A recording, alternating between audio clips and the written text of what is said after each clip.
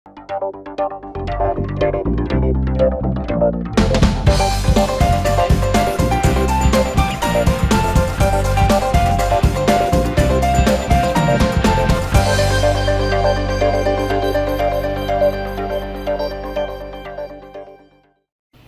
to everyone. This is your host Ash Khan, and you are watching Consumer Pakistan News Channel.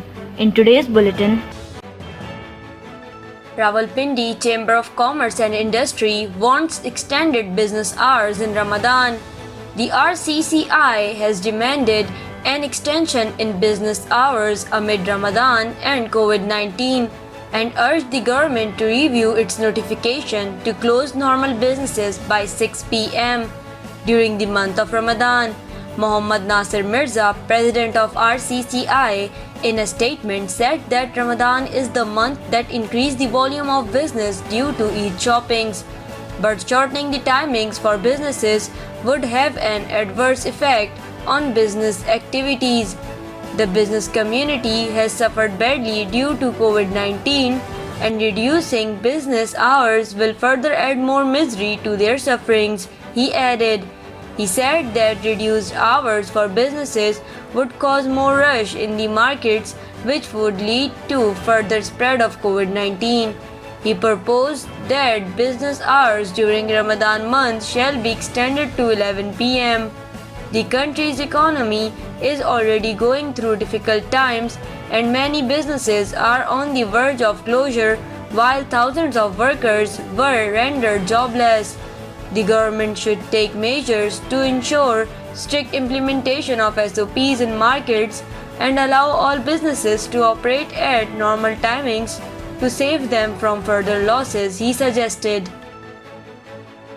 Data and voice services down in several parts of the country.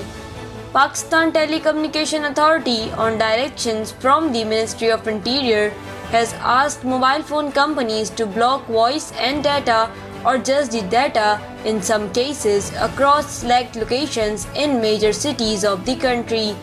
Thousands of cell sites are currently offline owing to orders from the government. Lahore, Karachi, Islamabad, Rawalpindi, Peshawar and many other cities include the list where services have been shut down. It is to be noted that the government ordered telecos to keep services suspended in areas till further notice, meaning that the closure of services is for a longer period of time. OGRA suggests Rs 2 per litre reduction in fuel prices. The Oil and Gas Regulatory Authority has shared the latest summary with the Petroleum Division, recommending a decrease of Rs 2 per litre in the prices of petrol and diesel. So far, no updates have been received about the prices of kerosene oil or light diesel fuel. The news report adds that the decision to finalize fuel price rests with Prime Minister Imran Khan, which he will take after seeking suggestions from the Ministry of Finance. The last drop in the rates of petroleum products came about 2 weeks ago, when the government reduced the prices of petrol by Rs 1.55 per litre. COVID-19 patients to get rations for free in Mansehra. The district administration of Mansehra has initiated the Insaf Sahulat mobile program to deliver essential goods to buyers at subsidized rate of free cost at their doorsteps. Deputy Commissioner Dr. Qasim Ali Khan said around 50 pickup vehicles brought in from different departments would drop the essential goods at subsidized prices at houses of the customers in parts of the district. Speaking at the inauguration of the program, he announced that the municipal administration, the district food department, and the utility stores corporation will provide the vehicles for the distribution of the goods, and that the families of COVID-19 patients will be supplied free of cost rations under this initiative. Civil Aviation Authority mandates inbound travelers to submit information using Fast Track app. In view of prevailing COVID-19 situation, the Civil Aviation Authority has issued new SOPs for inbound travelers.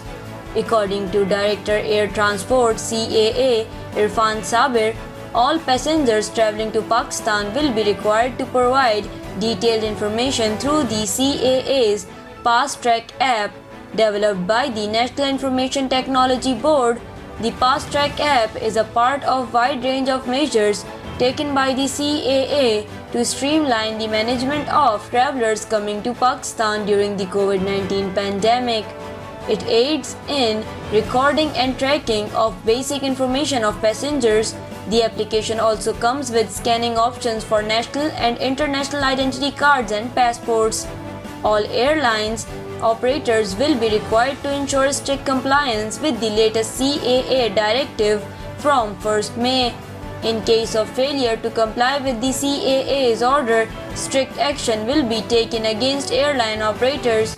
Furthermore, the condition of submission of health declaration forms will be abolished once the mandatory requirement of furnishing information through the Fast Track app comes into effect on 1st May.